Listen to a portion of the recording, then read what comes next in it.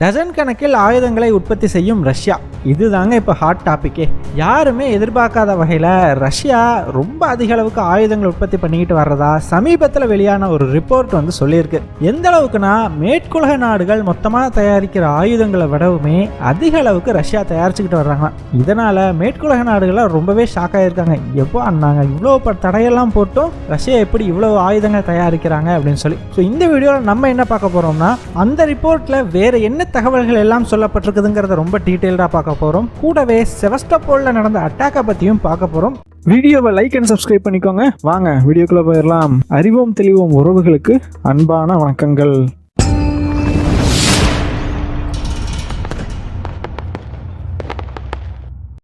முதல் விஷயமா, போன வருடம் ரஷ்யா உக்ரைன் போர் ஆரம்பித்தப்போ எல்லார்கிட்டையும் இருந்த ஒரு மிகப்பெரிய கேள்வி, ரஷ்யாங்கிறது ஒரு ஒற்றை நாடு, ஆனால் எதிர்த்து நிற்கிறதோ கிட்டத்தட்ட ஒரு 30 நாடுகள் கிட்ட எதிர்த்து நிற்கிறாங்க.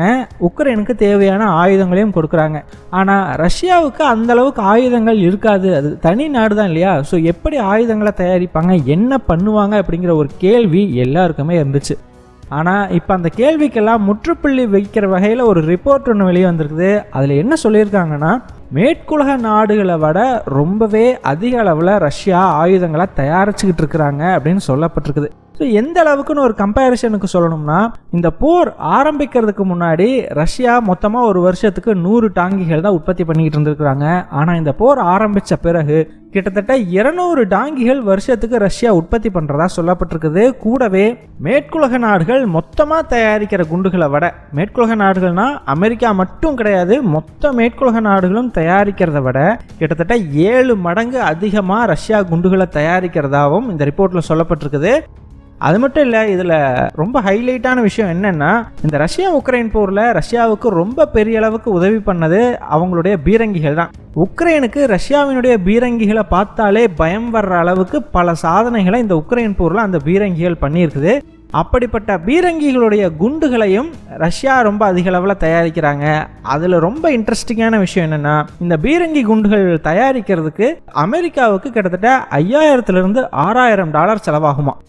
ஆனால் ரஷ்யா வெறும் $600 செலவில் இந்த குண்டுகளை தயாரிக்கிறதா சொல்லியிருக்காங்க. அது எப்படிப்பா, $5000 எங்கே இருக்குது, $600 எங்கே இருக்குது, எப்படி ரஷ்யாவால் இது முடியுது அப்படின்னு கேட்டிங்கன்னா, ஆக்சுவலாக இந்த பீரங்கி குண்டுகளை பொறுத்த வரைக்கும் போர் நடக்காத காலத்துலையுமே தயாரித்து ஸ்டோர் பண்ணி வைக்கிறது வழக்கம். இந்த மாதிரி ஸ்டோர் பண்ணி வைக்கிற எந்த குண்டுகளாக இருந்தாலும் அதில் ஒரு சேஃப்டி ஃபியூச்சருங்கிறத வச்சுருப்பாங்க. காரணம், எதிர்பாராத விதத்தில் வெடிச்சது அப்படின்னா அது ஒரு பெரிய சேதத்தை ஏற்படுத்திடும் இல்லையா? அந்த மாதிரி எந்த ஒரு பாதிப்பும் ஏற்பட்டக்கூடாதுங்கிறதுக்காக அந்த குண்டுகளில் பல பாதுகாப்பு அம்சங்கள் இருக்கும். ஒரு உதாரணத்துக்கு சொல்லணும்னா, இந்த பீரங்கி குண்டுகள் எல்லாத்துக்குமே ஷெல்ஃப் லைஃப் அப்படின்னு ஒன்று உண்டு. அதாவது ஒரு குறிப்பிட்ட காலகட்டத்துக்கு தான் அதை ஸ்டோர் பண்ணி வைக்க முடியும். அதுக்கு மேலே ஸ்டோர் பண்ணி வைக்கிறது ஒன்று ஆபத்து, ரெண்டாவது அப்படி ஸ்டோர் பண்ணி வைக்கிறது வேலை செய்யாமல் கூட போகலாம். ஸோ இந்த மாதிரி பல விஷயங்கள் இருக்குது. இந்த செல்ஃப் லைஃப் அப்படிங்கிறத எதை வச்சு முடிவு பண்ணுவாங்கன்னா, என்ன மாதிரியான கன் பவுடர் அதில் யூஸ் பண்ணியிருக்கிறாங்க, அந்த குண்டை எந்த மாதிரி முறையில் தயாரிச்சிருக்கிறாங்க, நல்லா சேஃப்டியாக பண்ணியிருக்காங்களா, இந்த மாதிரி பல விஷயங்களை பொறுத்து அது மாறும். உதாரணத்துக்கு சீப்பான கன் பவுடர் யூஸ் பண்ணுறாங்கன்னா அந்த குண்டை ரொம்ப வருஷத்துக்கு ஸ்டோர் பண்ணி வைக்க முடியாது. காரணம், அந்த கன் பவுடரினுடைய சுயத்தன்மையை அது இழந்துடலாம், இல்லை அப்படின்னா வேறு ஏதாச்சும் பாதிப்புகள் கூட வரலாம். ஆனால் இப்படி சீப்பான கன் பவுடரை யூஸ் பண்ணும்போது செலவை குறைக்க முடியும். அதுக்காக இந்த ஆர்டிலரி குண்டு வேலை செய்யாதா அப்படின்னு கேட்டிங்கன்னா கிடையாது. அது குறிப்பிட்ட காலத்துக்கு மேலே வேலை செய்யாமல் போகும். அதுக்கு முன்னாடி யூஸ் பண்ணிட்டா பிரச்சனை இல்லை. இது மட்டும் இல்லாமல் இன்னும் இந்த ஆர்டிலரி குண்டுகளில் ஃபியூஸ் அப்படிங்கிற ஒரு மெக்கானிசம்லாம் உண்டு. எந்த சமயத்தில் அந்த குண்டு வெடிக்கணுங்கிறது இந்த ஃபியூஸ் தான் முடிவு பண்ணும். இந்த மாதிரி விஷயங்களை எல்லாத்தையுமே குறைக்கிறது மூலமாக இன்னுமே இந்த செலவை குறைக்கலாம். ஆனால் ரஷ்யாவை பொறுத்த வரைக்கும் இப்போ ஃப்ரண்ட் லைனில் போர் நடந்துக்கிட்டு இருக்கிறதுனால அவங்க இந்த குண்டுகளெல்லாம் கண்டிப்பாக ஸ்டோர் பண்ணி வைக்க போகிறது கிடையாது. டைரெக்டாக இதெல்லாம் ஃப்ரண்ட் லைனுக்கு தான் போக போகுது. அதனாலேயே பார்த்தீங்கன்னா இந்த சேஃப்டி ஃபீச்சர்ஸ் எல்லாம் பெரிய அளவுக்கு குறைச்சிட்டாங்க. சரிப்பா, இந்த சேஃப்டி ஃபியூச்சரை குறைக்கிறதுனால எந்த ஆபத்தும் வந்துடாதான்னு கேட்டிங்கன்னா, கண்டிப்பாக ஒரு ஆபத்து இருந்துக்கிட்டே தான் இருக்கும். இவங்களை பொறுத்த வரைக்கும் ரொம்ப நாள் ஸ்டோர் பண்ண போகிறதில்ல, டக்குன்னு யூஸ் பண்ணிட போகிறாங்க. அது மட்டும் இல்லை, இவ்வளவு நாளாக இதை தான் யூஸ் பண்ணிகிட்டு இருக்கிறாங்க. இவ்வளவு நாளாக வராத ஆபத்து இனிமேல் வராது, வந்தாலும் பார்த்துக்கலாம் அப்படிங்கிற ஒரு மென்டாலிட்டியில் தான் இந்த ஆயுதங்களை தயாரிச்சுட்டு இருக்கிறாங்க. ஸோ இந்த சேஃப்டி ஃபியூச்சரை குறைக்கிறது மூலமாக செலவை மட்டும் இல்லை, அது தயாரிக்கிற டைமையுமே குறைக்க முடியும். இதன் மூலமாக தான் ஆயுதத்துக்கு எந்த ஒரு குறையும் இல்லாமல் ரஷ்யானால ரொம்ப ஃப்ரீயாக இது வரைக்கும் யூஸ் பண்ணிக்கிட்டு இருக்க முடியுது. ஸோ இந்த மொத்த ரிப்போர்ட்லையுமே மேற்குலக நாடுகளுக்கு ரொம்ப அதிர்ச்சியான ஒரு விஷயம் என்னன்னா, இந்த மாதிரி ரஷ்யா சொந்தமாக ஆயுதங்களை அதிக அளவுக்கு தயாரிச்சிடக்கூடாது அப்படிங்கிறதுக்காக தான் ரஷ்யா மேலே பல பொருளாதார தடைகள்லேருந்து பல வகையான தடைகள் போடப்பட்டது. காரணம், அந்த ஆயுதம் தயாரிக்கணும்னா பல காம்பனன்ட்ஸ் வேணும், அதை வேற நாடுகள்கிட்ட இருந்து தான் வாங்கி ஆகணும். ஸோ ரஷ்யா மேலே மட்டும் இல்லை, இந்த மாதிரி ரஷ்யா கூட வர்த்தகம் பண்ணுற நாடுகள் மேலேயும் நாங்கள் தடை போடுவோம்னு சொன்னதுனால ரஷ்யாவுக்கு இந்த காம்பனன்ட்ஸ் எல்லாம் கிடைக்காது, அவங்களால ஆயுதம் தயாரிக்க முடியாது அப்படின்னு தான் மேற்குலக நாடுகள் நினச்சாங்க. ஆனால் இங்கே கதையே வேற. ரஷ்யாவுக்கு சப்போர்ட் பண்ணுற நாடுகள் நிறையா இருக்குது. அந்த நாடுகள் மூலமாக தனக்கு தேவையான பாகங்களை ரஷ்யாவுக்குள்ளே கொண்டு வந்து சேர்த்துக்கிறாங்க. ஆல்ரெடி இது எப்படி ரஷ்யா பண்ணுறாங்க, எப்படி அவங்களுக்கு தேவையான பாகங்களை ரொம்பவே ஸ்ட்ராட்டஜிக்கலாக ரஷ்யாவுக்குள்ளே கொண்டு வர்றாங்கன்றதை பற்றி தனியாக ஒரு வீடியோ போட்டிருக்கோம். அந்த வீடியோட லிங்க் டிஸ்கிரிப்ஷனில் கொடுக்குறோம், மிஸ் பண்ணாமல் பாருங்கள். இதெல்லாம் ஒரு பக்கம் நடந்துகிட்டு இருக்கும் போதே இன்னொரு பக்கம் உக்ரைன் கிரைமியாவில் இருந்த செவஸ்டோபோல் துறைமுகத்து மேலே ஒரு தாக்குதல் நடத்தியிருக்கிறாங்க. அந்த தாக்குதலில் ரஷ்யாவினுடைய சப்மரைன் ஒன்றும் கப்பல் ஒன்றும் பாதிக்கப்பட்ட செய்தியை எல்லாருமே கேள்விப்பட்டிருப்பீங்க. இதில் ரொம்ப இன்ட்ரெஸ்டிங்கான விஷயம் என்னென்னா, ஒரு பக்கம் மேற்குலக நாடுகள் இது ஏதோ பெரிய ஒரு வெற்றி மாதிரி பிரச்சாரம் பண்ணிக்கிட்டு இருக்கும்போது இன்னொரு பக்கம் ரஷ்யா இதை சுத்தமாக கண்டுக்க கூட இல்லை. ஆமாப்பா, இந்த மாதிரி எங்களுக்கு 2 கப்பல் டேமேஜ் ஆகிருக்குது, அதை நாங்கள் சரி பண்ணிவிட்டு மறுபடியும் கடலுக்கு அனுப்பிடுவோம் அப்படிங்கிற மாதிரி சொல்லி முடிச்சுட்டு போயிட்டாங்க.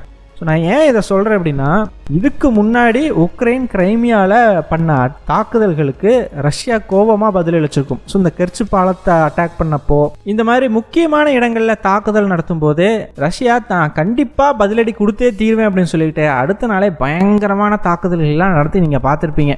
ஆனால் இந்த முறை ரஷ்யா அதை ஒரு பெரிய விஷயமாகவே கண்டுக்கல. இதற்கு காரணம் என்ன அப்படின்னு கேட்டிங்கன்னா, இந்த தாக்குதல் ஒன்றும் ரொம்ப பிளான் பண்ணி குறி வச்சு நடத்தப்பட்ட தாக்குதல் எல்லாம் கிடையாது. கெர்ச் பாலத்தை எடுத்துக்கிட்டிங்கன்னா, கெர்ச் பாலத்தை குறி வச்சு தான் உக்ரைன் தாக்குதல் நடத்துச்சு, அதனால் ரஷ்யா காண்டானாங்க. ஆனால் இங்கே குறி வைக்காமல் நடத்தப்பட்ட தாக்குதல் தான் சொல்லி ஆகணும். ஸோ ஏன் இப்படி சொல்கிறேன்னா, உக்ரைன் சொன்ன வார்த்தைகளையே எடுத்து பாருங்களேன். என்ன சொல்லியிருக்காங்கன்னா, ரஷ்யா உக்ரைனோட ஒடேசா துறைமுகத்தின் மேலே நடத்தின எல்லா தாக்குதல்களையுமே இந்த செவஸ்டோபோல் நகரத்தில் இருந்து தான் நடத்தியிருக்கிறாங்க. அதனால தான் இந்த செவஸ்டோபோல் நகரத்தை நாங்கள் குறி வச்சு அட்டாக் பண்ணோம்னு சொல்லியிருக்காங்க. ஸோ இங்கே புரிஞ்சிக்க வேண்டியது, இவங்க குறி வச்சது செவஸ்டோபோல் நகரம் தான், அதில் டவுட் இல்லை. ஆனால் உக்ரைனுக்கு இங்கே ஒரு ஷிப்பு நிற்குது, ஒரு சப்மரைன் நிற்குது அப்படிங்கிறது தெரியாது. ஆக்சுவலாக அந்த ஒரு கப்பலும் சப்மரைனும் ரெகுலராக வந்து ரிப்பேர் பண்ணுவாங்க. கப்பலில் ரொம்ப நாள் சுற்றும் போது எங்கேயும் நடுக்கடலில் நின்றக்கூடாது அப்படிங்கிறதுக்காக இந்த மாதிரி ரிப்பேர்ஸ் பண்ணுறது வழக்கம். அந்த மாதிரி ஒரு ரிப்பேருக்கு வந்த சமயத்தில் இவங்க கரெக்டாக அட்டாக் பண்ணியிருக்கிறாங்க. இவங்க தாக்கின பல மிசைல்ஸில் முக்கால்வாசி ரஷ்யா காலி பண்ணிட்டாங்க. ஒரு 2 மிசைல் மட்டும் தவறி இந்த இடத்துல விழுந்திருக்குது. அதில் யாருமே எதிர்பார்க்காத வகையில் டேமேஜ் ஆனது தான் இந்த 2 கப்பல்களும். மற்றபடி இது உக்ரைன் வந்து இந்த 2 கப்பலையுமே குறி வச்சு அடித்தாங்க அப்படிங்கிறதெல்லாம் வந்து கிடையவே கிடையாது. இதை உக்ரைனே சொல்லலை. சரி, அப்புறம் எதுக்கு இதை ரொம்ப பெருசாக பேசுகிறாங்க அப்படின்னு கேட்டிங்கன்னா, ஒரு சப்மரைன் டேமேஜ் ஆயிடுச்சான். ஏன்பா, அந்த சப்மரைன் வந்து கடலுக்குள்ளே அதோட வேலையை பார்த்துக்கிட்டு இருக்கும்போது நீங்கள் அடிச்சிருந்தீங்கன்னா அது வேறு. அதுவே ரிப்பேர் பண்ணுறதுக்காக கரையோரத்தில் வந்து நின்றுருக்குது. ஆக்சுவலாக அதையுமே நீங்கள் குறி வச்சு எடுக்கல, ஏதோ ஒரு எதேர்ச்சியாக வந்து அடிச்சிருக்கிறீங்க. அதை வந்து ரொம்ப ஒரு பெரிய விஷயமா மாற்றிட்டாங்க. இப்போ இந்த 2 கப்பலுக்கும் டேமேஜ் ஆகாமல் இருந்திருந்தா இது ஒரு பெரிய மேட்டராகவே பேசியிருக்க மாட்டாங்க அப்படிங்கிறதா உண்மை. அது மட்டும் இல்லை, ரஷ்யாவுக்கு எதிராக ஏதாச்சும் ஒரு ப்ராபகண்டா பண்ணிக்கிட்டே இருக்கணும். அதனால எந்த ஒரு சின்ன விஷயம் கிடைச்சாலும் அதை ஊதி பெருசு பண்ணிடுறது. ஆக்சுவலாக ரஷ்யா பார்த்தீங்கன்னா மே மாதம் கடைசியில் உக்ரைனோட கடைசி போர்க்கப்பலை ரொம்பவே பிளான் பண்ணி குறி வச்சு காலி பண்ணியிருந்தாங்க. அதையெல்லாம் எந்த மேற்குலக நாடுகளோட மீடியாவும் பேசியிருக்க மாட்டாங்க. நம்ம மட்டும் வீடியோவில் லைட்டாக ஒரு இடத்துல சொல்லியிருந்தோம், எல்லாத்துக்கும் ஞாபகம் இருக்கும்னு நினைக்கிறேன். இப்போ உக்ரைன் நேவி கிட்ட பார்த்தீங்கன்னா கப்பலே கிடையாது. ஆனால் அதெல்லாம் அவங்களுக்கு ஒரு பெரிய விஷயமாவே தெரியாது. ரஷ்யாவை பொறுத்த வரைக்கும் அவங்க இதில் பண்ண தவறு செவஸ்டோபோலில் கொண்டு வந்து ரிப்பேர் பண்ணது. ஏங்க, உங்களுக்கு ரிப்பேர் பண்ணுறதுக்கு வேறு இடமே கிடைக்கலையா? உக்ரைனுக்கு பக்கத்துலேயே இருக்கிற போர்ட்டில் தான் கொண்டு வந்து ரிப்பேர் பண்ணணுமா அப்படிங்கிற மாதிரி தான் எனக்கு பார்த்ததையுமே தோணுச்சு. ரெண்டாவது, முதல்ல எல்லாம் கிரைமியா மேலே உக்ரைன் தாக்குதல் நடத்தினா ரஷ்யா கடுமையாக எதிர்ப்பாங்க, எல்லாம் பண்ணுவாங்க. ஆனால் இப்போ எல்லாம் கிரைமியா மேலே உக்ரைன் தாக்குதல் நடத்துறதுங்கிறது ரொம்ப சகஜமான ஒரு விஷயமா கொஞ்சம் கொஞ்சமாக மாற்றிக்கிட்டு வர்றாங்க. இந்த தாக்குதல்னாலாம் பெருசாக ரஷ்யாவுக்கு ஆபத்து இல்லை அப்படின்னாலும் ஆக்சுவலாக இது ரஷ்யன் டெரிட்டரின்னு சொல்லியிருக்கிறாங்க. அங்கே உக்ரைன் தாக்குதல் நடத்துறதை இப்போ ஒரு சகஜமான விஷயமா மாற்றிக்கிட்டு வர்றதை ரஷ்யா ஒரு நிமிஷம் நின்று யோசிச்சு பார்க்குறது நல்லது அப்படிங்கிறது என்னுடைய தனிப்பட்ட கருத்து. இதை பற்றி நீங்கள் என்ன நினைக்கிறீங்க அப்படிங்கிறதையும் கமெண்ட்ஸில் மறக்காமல் சொல்லிட்டு போங்க. இந்த வீடியோ பிடிச்சிருந்தா இந்த வீடியோ சம்மந்தப்பட்ட மற்ற வீடியோஸோட லிங்க்கும் டிஸ்கிரிப்ஷனில் கொடுக்குறோம், மறக்காமல் பாருங்கள். நன்றி. எங்கள் டெலிகிராம் சேனல் லிங்க் டிஸ்கிரிப்ஷனில் கொடுக்குறோம். இன்ட்ரெஸ்ட் இருக்கிறவங்க ஜாயின் பண்ணிக்கோங்க. ரொம்ப முக்கியமான செய்திகள் அதில் பகிரப்படும். வீடியோ பிடிச்சிருந்ததுன்னா லைக் பண்ணிக்கோங்க, சப்ஸ்கிரைப் பண்ணிக்கோங்க. இதன் மூலமாக எங்களுடைய வீடியோஸ் இன்னும் நிறைய பேர்த்துக்கு போய் சேரும். முடிஞ்சா உங்களுடைய ஃப்ரெண்ட்ஸுக்கிட்டையும் நிறைய ஷேர் பண்ணிக்கோங்க. இது எங்களுடைய உழைப்புக்கு நீங்கள் கொடுக்குற ஒரு ரிவார்டாக இருக்கும். நன்றி.